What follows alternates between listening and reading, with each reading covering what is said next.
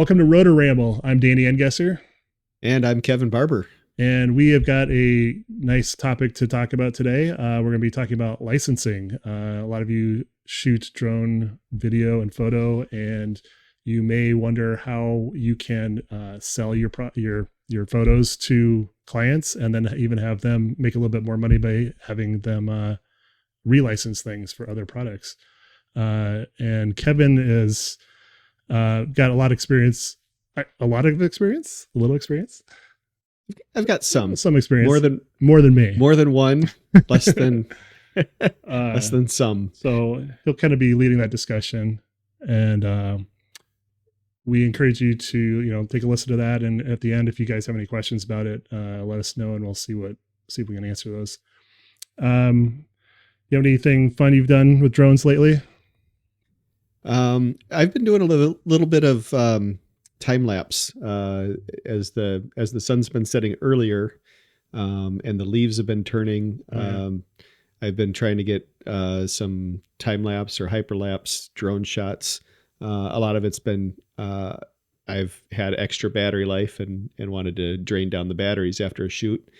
At least that's the excuse I give my wife. So nice. How about yourself, Danny? What have you been up to with drones? Well, at where I work, IWPBS, I guess related to that. It's kind of like a time lapse. It's like a progression of I've been doing these orbits around a tree as over the last month or so as the leaves changed and then fell off this tree. I still need to get that put into a video, but that'll be coming out soon. But another fun thing we did was it like last Friday, just over a week ago. Friday. It's been, I can't believe the week's gone by already. We had some members of the Des Moines UAV Club hang out at a new venue in the Des Moines area. The venue is called Either Or, and I had never been there. So our friend Ken from the group, he was wanting to get a social event on the calendar. So he set all that up, and we had a few members, 2 admins were there from the group, Tony Hansen and myself, and then 3 other members. And I knew a couple of the guys there, and a couple of guys were new. Met your neighbor. We had Bud there, and Bryan, who shot a really cool, he shoots video for Iowa State athletics. Yeah, that's right. I saw those. Yeah, did some cool flights during the fireworks at the Jack Trice Stadium event a few weeks back, and still doing stuff all the time. But yeah, I'd be interested to talk to him a little bit about the license, not licensing. That's my topic. I'd like to talk to him about how he arranged that. I assume he was working with university, and I know that's in a zero foot area. I've flown there. It's not that difficult to get LANC authorization, but you've also got the TFR, the flight restrictions around the games. So I'd be curious to know what kind of coordination was involved with something like that. Yeah, lots of permissions to get for something like that. Yeah, especially dealing with a university and being close to an airport. Maybe we can have him on sometime. Yeah, I think he'd be a good guest. It's fun to meet those 2 new guys. Ken brought out, I don't know if we've talked about this yet on the show, but our friend Ken and his partner, they've been working on a product together for a remote ID module, and he brought it out to this social gathering, which was a surprise. I didn't know he was going to bring this, and Bryan wasn't there, but Ken was, and he took the module out. This is not the module, I will say that, but I'm using this as a size reference, and it was this. So what I'm going to show you here is a strobe from Firehouse Technologies that I use on my drones, and it was approximately this size. I'm going to just hold this up here. Now it was, I want to say maybe thinner than this. This has got a battery on it. There's no battery or GPS module on Ken's module that he's got. But I would say it was about the weight and the size of this. He said it's so light that it wouldn't even register on his scale. So That's amazing. if that tells you anything. He and his partner, I think Bryan was on it too. I think they were both guests on the FPV Freedom Coalition show about a week or two ago. So we'll provide a link in the show notes for you to check that out if you want to learn more, and we'll get them on the show sometime soon here to talk more about where they're taking things. The module, they've given it a name, the Phoenix mRID is what I understand it to be called. And there's no power on it, I believe, correct? And there's no GPS module. So right. You need to bring your own on those things. Bring your own. Yeah. So it's definitely something for a drone builder, somebody that's kind of DIY for their drones. And it would not qualify. It would be a broadcast module, so it wouldn't qualify for standard remote ID. But it definitely would. It was accepted by the FAA's means of compliance, declaration of compliance. Yeah, good point on that. So, use with your own GPS module, which a lot of FPV drones, I don't yet have a GPS module for mine, but a lot of them do. So it would be different from the flight test remote ID module that I happen to have, and different from some of the ready to go ones. Of course, the module I have is a lot bigger than what you just showed. Mm-hmm. So, and don't you have a 3D printed case for that too? Yeah, I 3D printed a case for mine, and I put it on with actually on top of the. Oh, I don't have one near me. I with a 3M the double-sided sticky tape type stuff attached onto the top of that, and it's been holding well. I put it on top with the battery on top of the battery, so strap in the battery, strap on the module with that, and haven't lost it yet, knock on wood. That's good. I was just adding up all the things we have to charge up as FPV pilots these days. You've got your battery for your drone. You've got the battery for the goggles. You've got the battery for the controller. You've got if you're going to fly at night, the battery for the strobe, the battery for depending on the module, remote ID module. And if you're flying a GoPro battery. That's 6 batteries to fly one flight. Isn't that crazy? Well, yeah, now I was able to get the module I use. I supply power through the balance leads, but you can fly. I think you can control it off the flight controller, or power it off the flight controller, most likely as well. Yeah, definitely different products will be different, but even before remote ID and the strobe stuff, like I was like, with your typical drone, if you're just using a smart controller and a drone, like a GPS camera drone, it's like 2 things to charge in and out. And then once you get into FPV, there's a lot more things to consider. It's not just getting up and go. You kind of have to prepare to go fly. You can always go for the Avata. You could do that too. Yeah. I mean, there's still three batteries there, right? Yeah. Yeah. Yeah, that's true. So the goggles add just one more thing by default, but right. Yeah. I don't know if there's anything else to talk about the remote ID module now, but we'll definitely get Ken and Bryan on to talk about their products, and I'm sure there'll be more developments since we've talked to him by the time we get them on the show. And it sounded like they're hoping to be able to start releasing and selling the module as well. He didn't give us a clue on pricing or anything like that. I don't think they've worked out final details yet. Yeah. But kind of cool to see. I know it sounded like building the drone building the module was almost the easy part of it. There's all the paperwork for the FAA, and I know, personally speaking, that's where I would lose it. I would Yeah, not want to do the paperwork. So well, and I glad think that somebody did.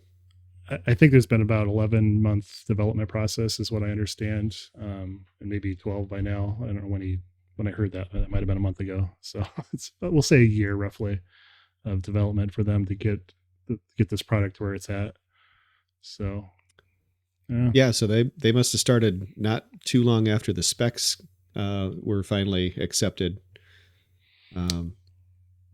Yeah. You know, the specs for how the means of compliance would work, how the remote ID was even going to work wasn't even available until September of last year. Mm-hmm. So just before the requirement for manufacturers came out, which was, a big part of why it was delayed.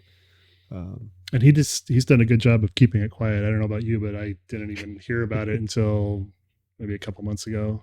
I'm trying to think when we told us. I knew he was working on it. And I know one of the days when Ken and I were out FPV flying and you and your son stopped by, he just before you got there, he was chatting quite a bit about it for me, but we were talking about the testing that he went through, just testing it to make sure it would meet the requirements.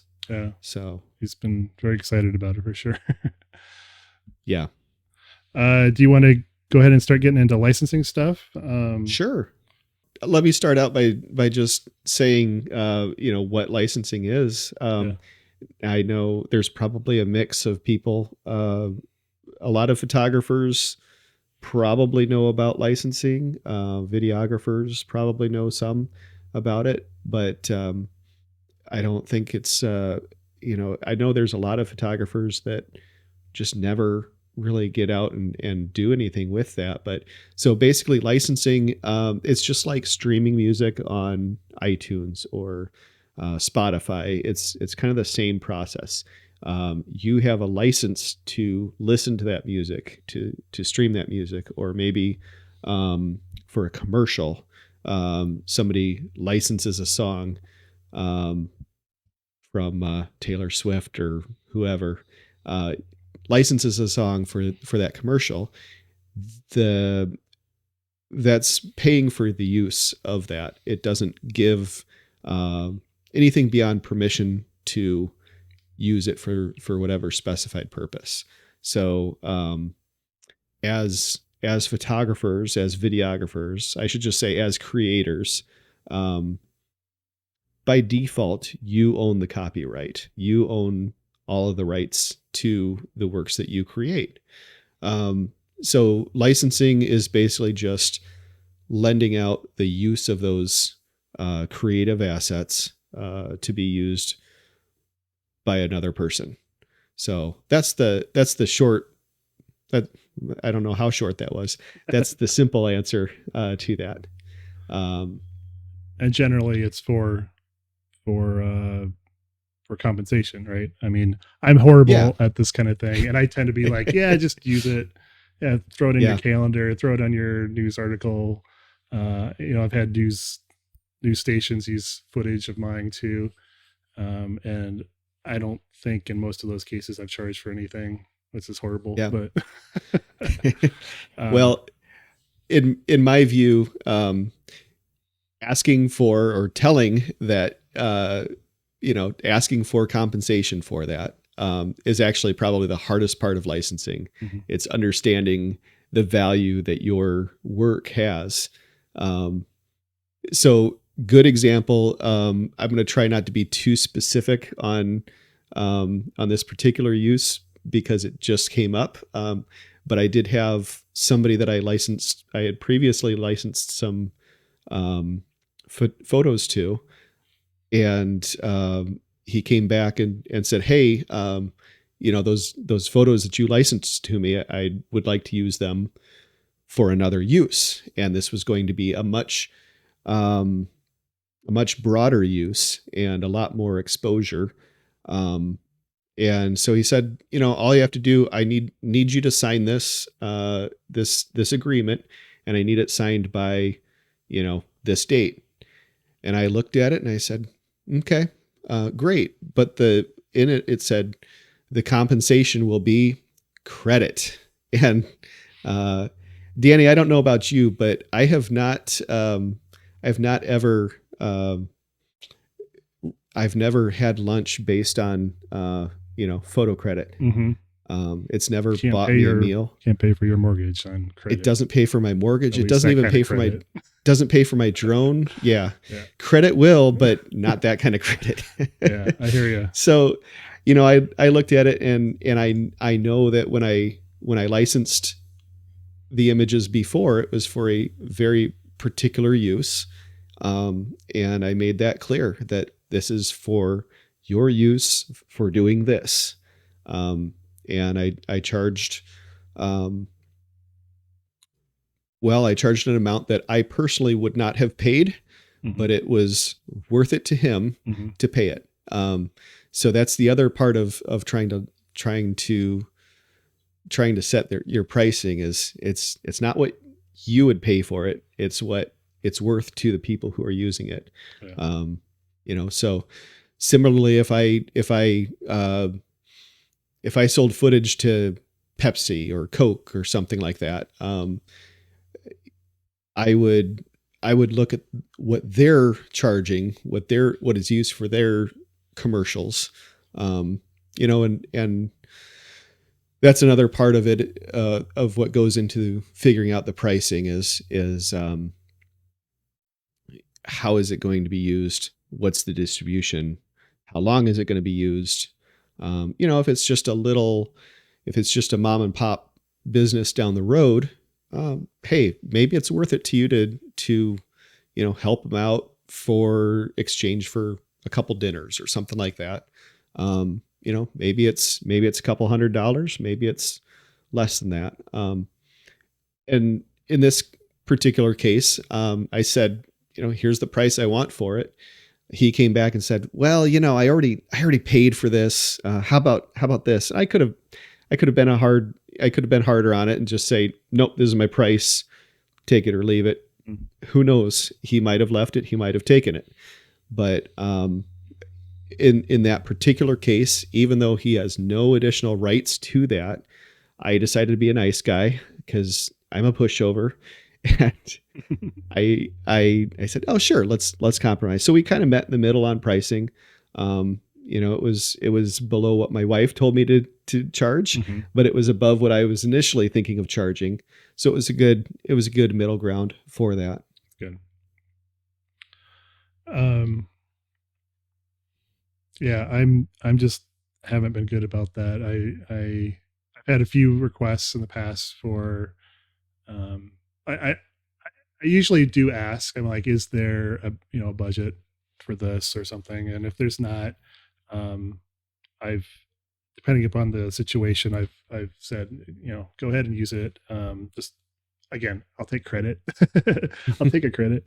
And because in the cases, I think in those cases, it's really because those were pictures I had done, I think, for fun by myself years ago. And those pictures weren't really doing anything. They were just kind of sitting out there. And so to get some exposure using something that would otherwise just sit there, I was like, sure. But I know everyone's different on that. Yeah. So you said a couple interesting things there. I'll remember the first thing that I was thinking of later, but for exposure, again, exposure is not something that pays for the lunches. Now, in my particular case, I've had another photo published in a textbook, and it was somebody contacted me from France, and I initially was like, "Is this a scam? It sounds like a scam." But I'll try. Let's do some interaction. And sure enough, I've got a photograph published in a French textbook, and I believe I did that was the other thing I was going to say is you said a magic word there is asking for their budget.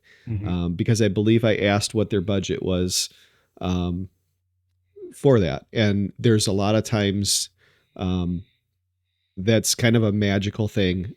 You can ask for their budget.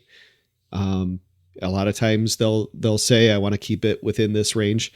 The number of times it's been, I was going to charge this and their budget was here. And so I was able to adjust where I charged them. Yeah. And a lot of times I'll try to keep it under their budget, but if they tell me what, their budget is $500, might come in at $450 and be a nice guy. And I think in the cases that I've done it, it's not that I've asked them what their budget was.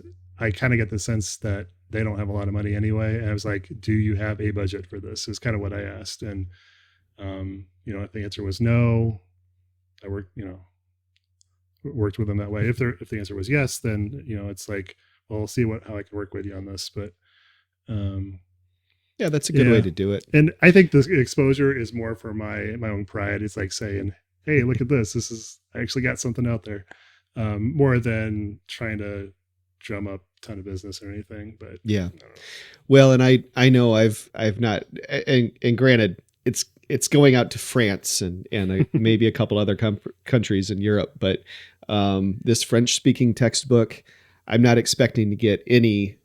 I think I've got photo credit in there, but I'm not expecting to get any leads off of that. So the money I make from that is going to be, it's going to be it for that particular transaction. But what was nice about that particular image is I already got paid for that image.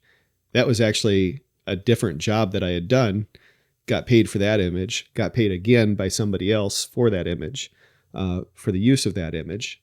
So that's kind of the great thing about licensing. You've got photos that you go out and shoot for fun. Yeah, I've got some of those where I was able to turn that into something I've licensed, either directly.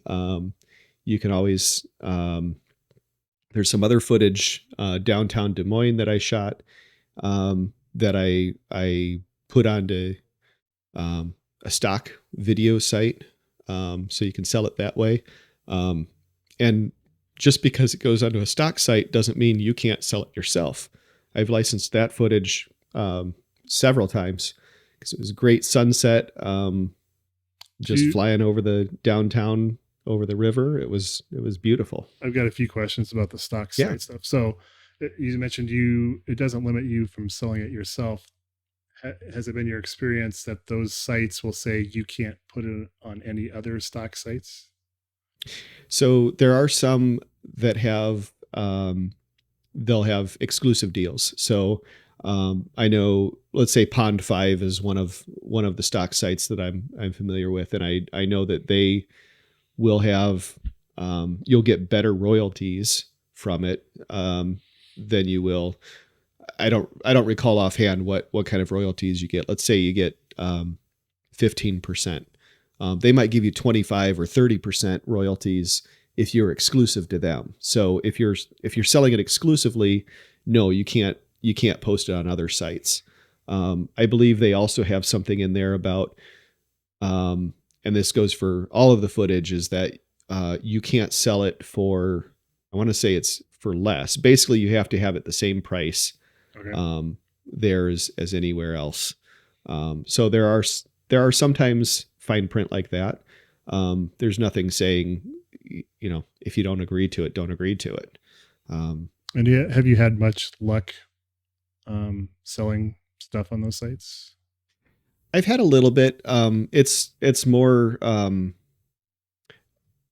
there are probably better ways to market those than what I'm doing. I honestly, a lot of the time I forget to even post to there.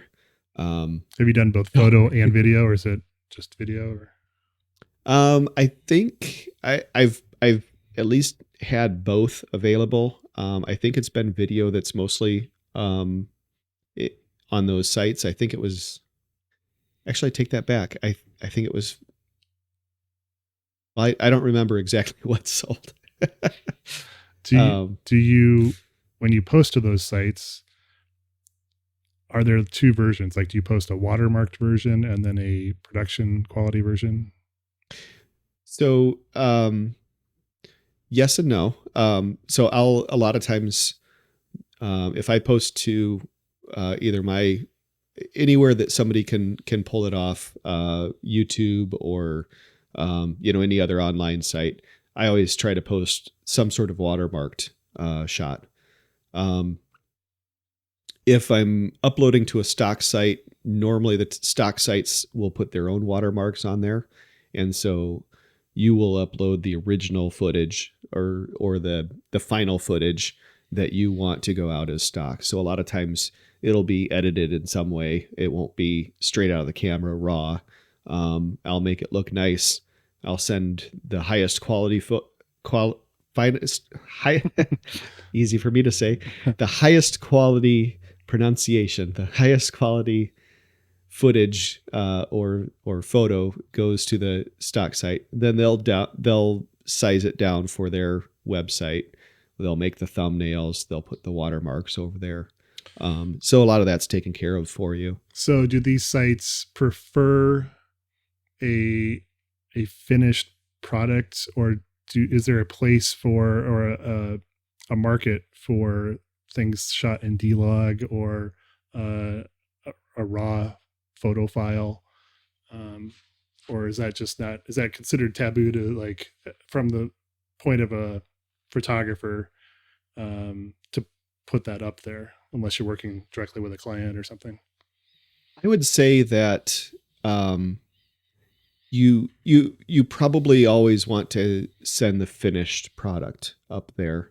You don't want to overly edit the photo, but when somebody's scrolling through the photos or the videos, you want to grab their attention. You don't want it overly, you don't want it overly saturated or you want it to be a good quality. Mm-hmm. You want them to be able to recognize it as something that they would post. So, or that they would use. That's not to say you can't submit raw or D-Log. You just probably don't see that happening though, probably. Right. Now, a lot of times the stuff I've posted on YouTube for stock or I'll kind of link it into my website or something like that. I will mention that there is, raw footage available or raw D-Log, with these specs available, 4K footage, whatever I have, I always keep that, so that I have it just in case somebody does want to use it. So that's always something I like to make available. I don't personally like to leave the final product as the only copy that I have, just in case I want to license it to, I had the BBC contact me one time for some Alaska footage, and unfortunately they did not have a budget.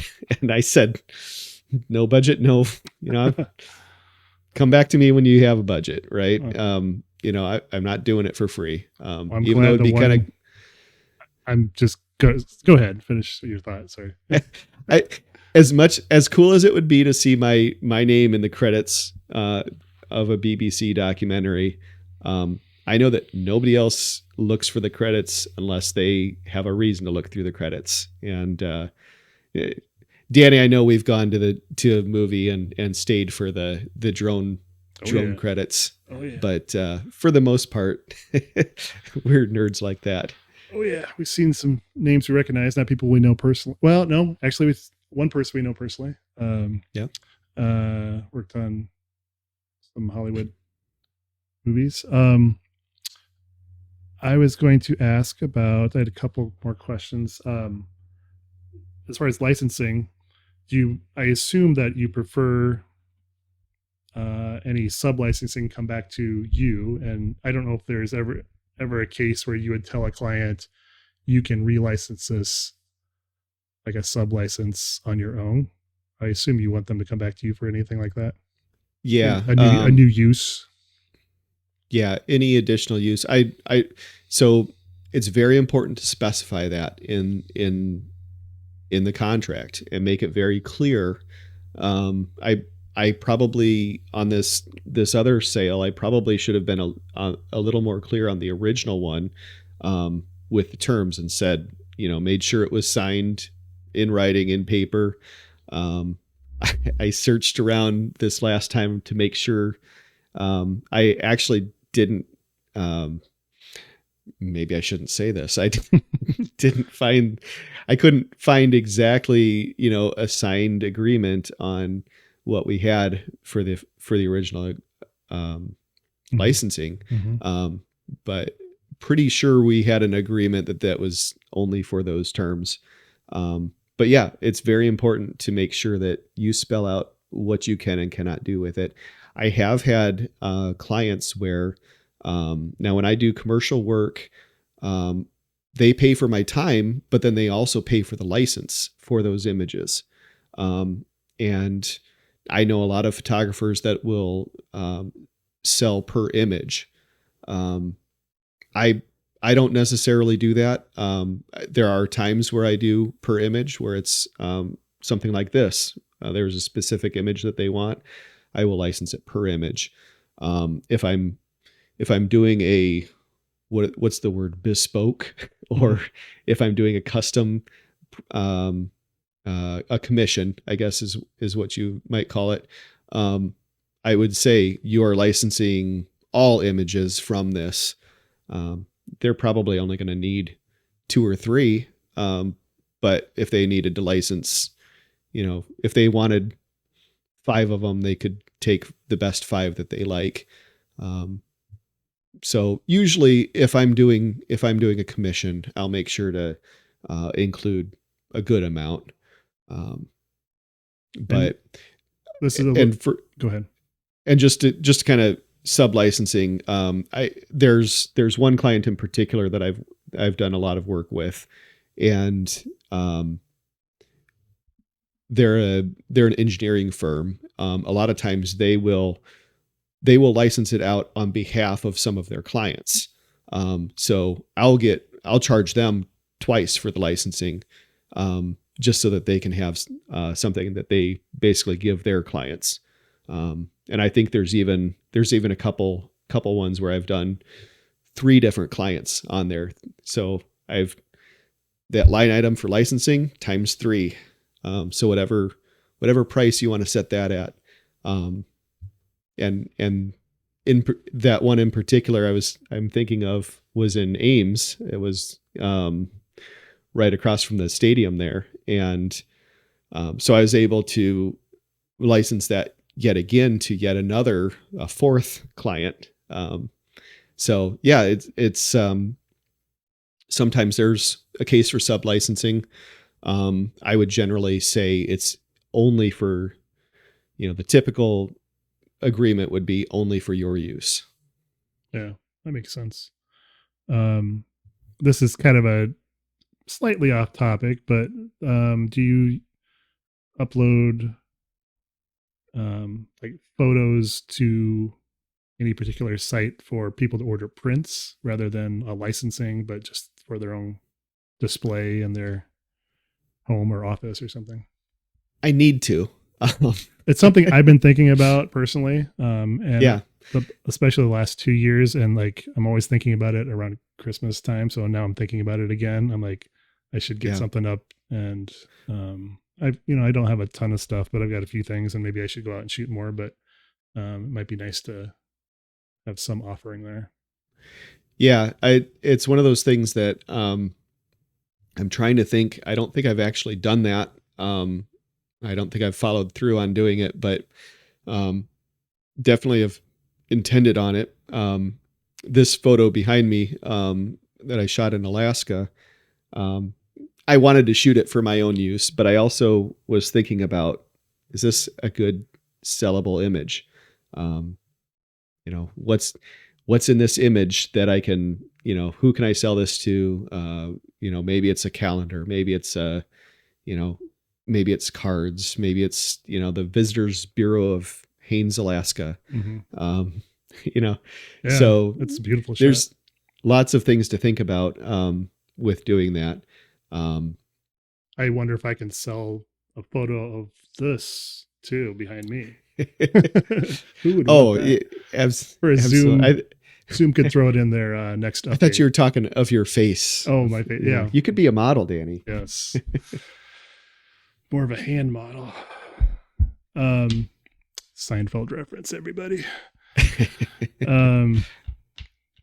Dates me a little bit. So one of the things, Danny, that just to kind of I wanted to make sure I talked about was two things. Copyright and copyright as it relates to licensing. When you take an image, I think I said this earlier, you by default own the copyright to that image. But it's in order to protect your copyright, you should be registering it with a copyright office. And you want to make sure that, even if you license it out, you're not generally giving away the copyright. You are licensing the use of that. Now, there are occasions where I've heard of photographers that have sold the copyright, which transfers the ownership of that to whatever party they're selling it to.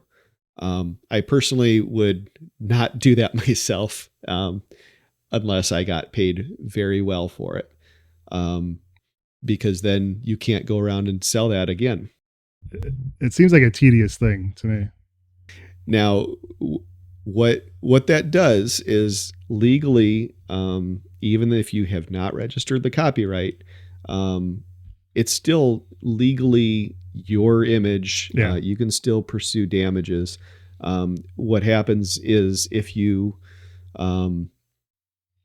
somebody does infringe that copyrighted material, if it's registered, it really just increases the damages that you can go after. It's just an easier case, and you can get a bigger payout for damages. Now, isn't there a fee to register things? There is. I want to say it's like $25, maybe $50, and you can batch. You can batch a bunch of photos at once, as I understand it. So it may not be most feasible thing for most people. Like if they're just, I don't know. If it's your core business, that's one thing. But if you're a hobbyist that's licensing things, willy nilly, that's one of the barriers to doing it. I totally get it, and I've heard of the process. It just in my brain, it's always sounded very tedious to try to manage that. You think about how many photos you take in a day, and granted, you just want to register your best stuff, but they're all your babies, right?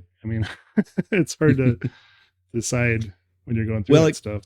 Yeah, a lot of it depends on the subject matter. I shot probably 500-600 images today alone, but it was house listings. Are those copyrighted images? Yes.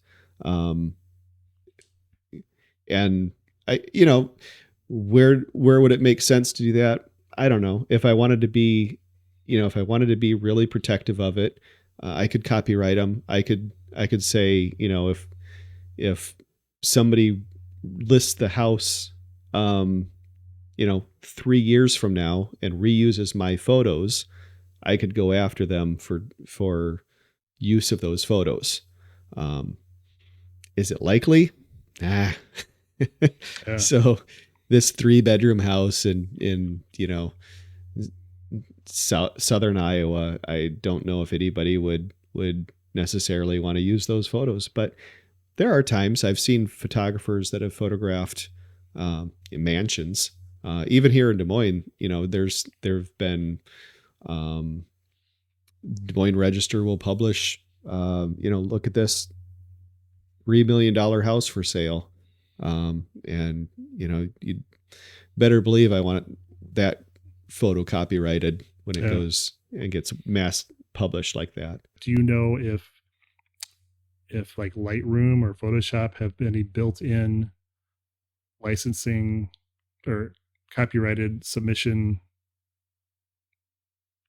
workflows built into the software, or do you have to go through a whole portal to register things separately? Yeah. So what I understand with registering copyright is you want to send a low res image up to the copyright office. The workflow I've seen discussed from other photographers is that they will, when they output that, they'll output it from Lightroom. And then there are tags there's metadata tags that you can put in there, which shows copyright status. So you can say registered copyright. You could put it in a keyword. You could put it in a label. There's a bunch of ways to do it within Lightroom. If you know, and that's my software of choice for managing my photos. So that's one way to, that would be easy to manage. So you could put in the status, you could put the date that you copyrighted it, that sort of thing. And I know like Photoshop at least has the EXIF data, is that what you call it? EXIF, yep. Fields where you can put in at least, as a photographer, you could put in copyright information there. You're not submitting a copyright at that point. You're just trying to embed it in the file. I know there's a huge, with AI, I won't go into AI too deep, but there's a huge push to create a system that authenticates photos. It might be a topic for another day, but I've been fascinated with this, well, the AI in general, but that ability to authenticate things in this day and age. You just never know if something's real. I mean, AI makes things simpler. You've been able to fake things in Photoshop for years. Nothing's too new there, but it gets easier, and things are definitely more convincing, especially with video these days. So, there are technologies out there. I'm gonna drag it back to the copyright and licensing. Just like there are probably ways to put that into AI generated images. There are services out there. There are ways to do digital watermarks, and you can actually register with some websites that will go out, and they'll actually not only digitally watermark your image, but they have algorithms that'll go out and look for, kind of like Google Images. They'll go out and look for infringing work, and then they will go after damages for you. Mm-hmm. So that's always kind of a nice thing to do. I've even done that myself. I've gone Google image search for an image of mine that I've had on the web or something. And I'll go out and make sure, I'll see if I can find it on the web through a Google image search. And I've found my own work out there on random websites before. Mm-hmm. Now a lot of times, good luck getting a hold of somebody to go after them, but there are ways to do it.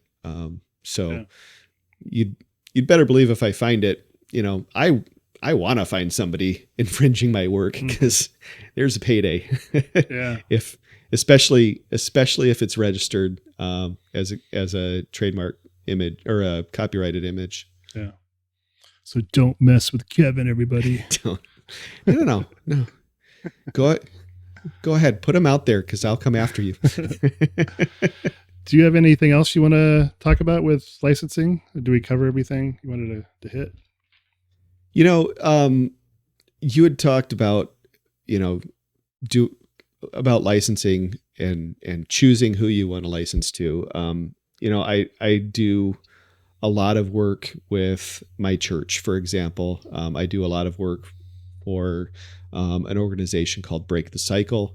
And there's a lot of stuff that, it's my terms. So I give away a lot of my work, and that's my choice. There are some times where I've taken images that I've used for one of those organizations that I've given to them, but I've licensed to somebody else. So it's all your terms. You're the one that gets to decide.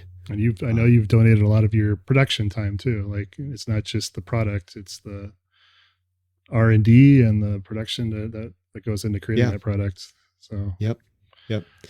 So, I guess one of the other things, when we were originally kind of talking about this, about going into this topic, I was talking to somebody about photo contests. And, I said, I don't generally enter photo contests. And the reason I don't generally enter photo contests is because, and feel free, I'm not judging anybody else who does.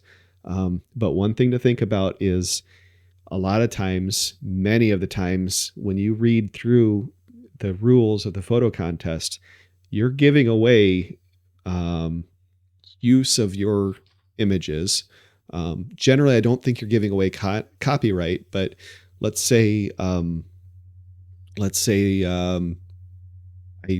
said Coke before, so let's go with Coke, just because that's the only thing I can think of.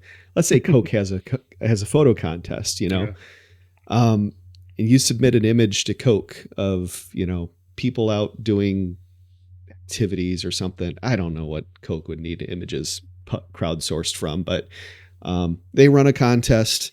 In the terms of their contest says we can use this image for whatever we want.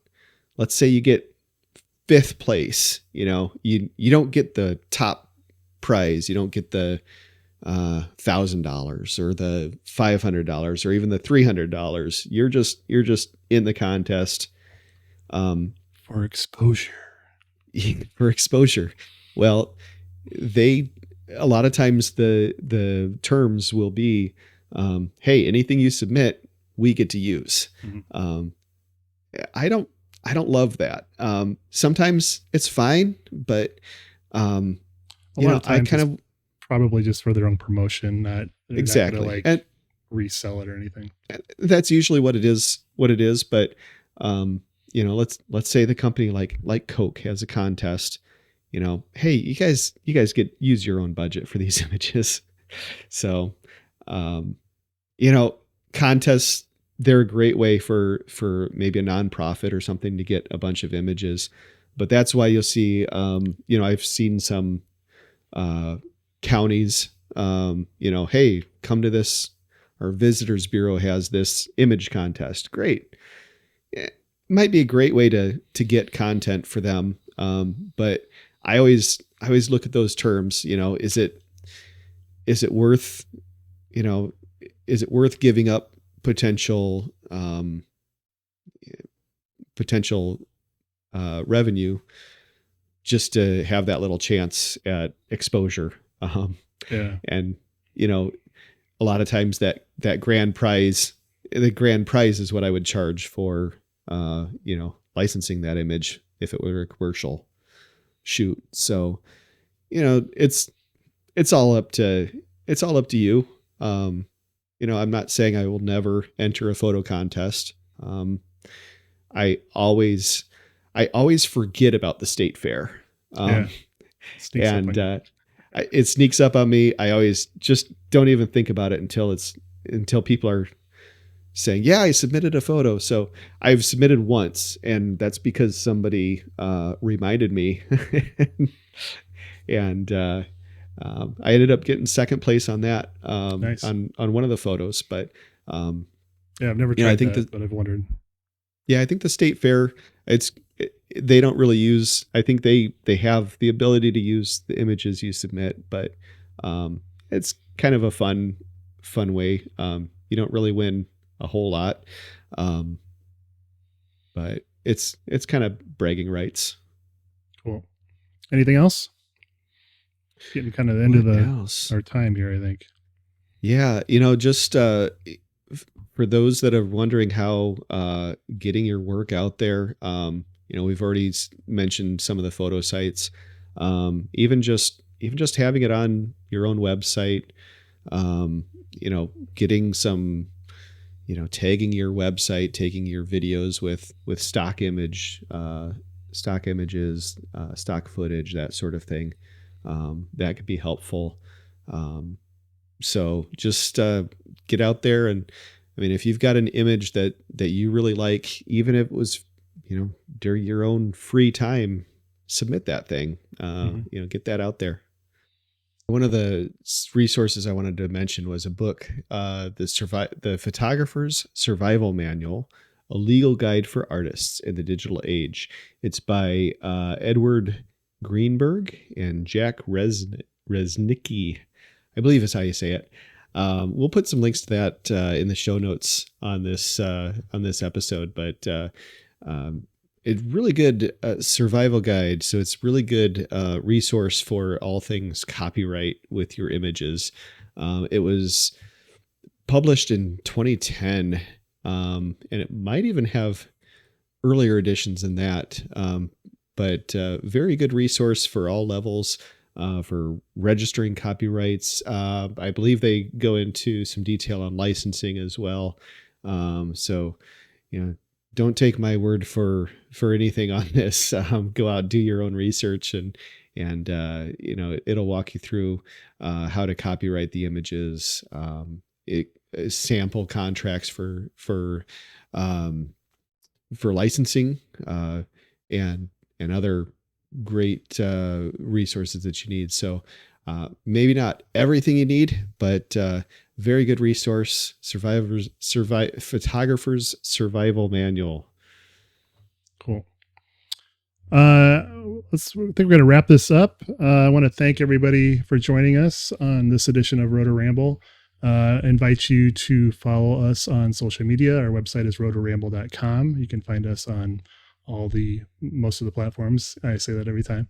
Instagram, YouTube, Facebook, Twitter, X, things like that. And then Apple iTunes, Amazon Music, Spotify, you can find us there. And on that note, we're going to, after this episode concludes, we're going to go out and register the copyright and submit it to Pond 5. And right. Get it licensed. So if you're looking for any licensing opportunities for the show, let us know. Just remember, all copyrighted, all images are, as of the time you're seeing this, copyrighted. Absolutely. Copyrighted Rotor Ramble 2023. On that note, we'll have a good one, and we'll talk to you later.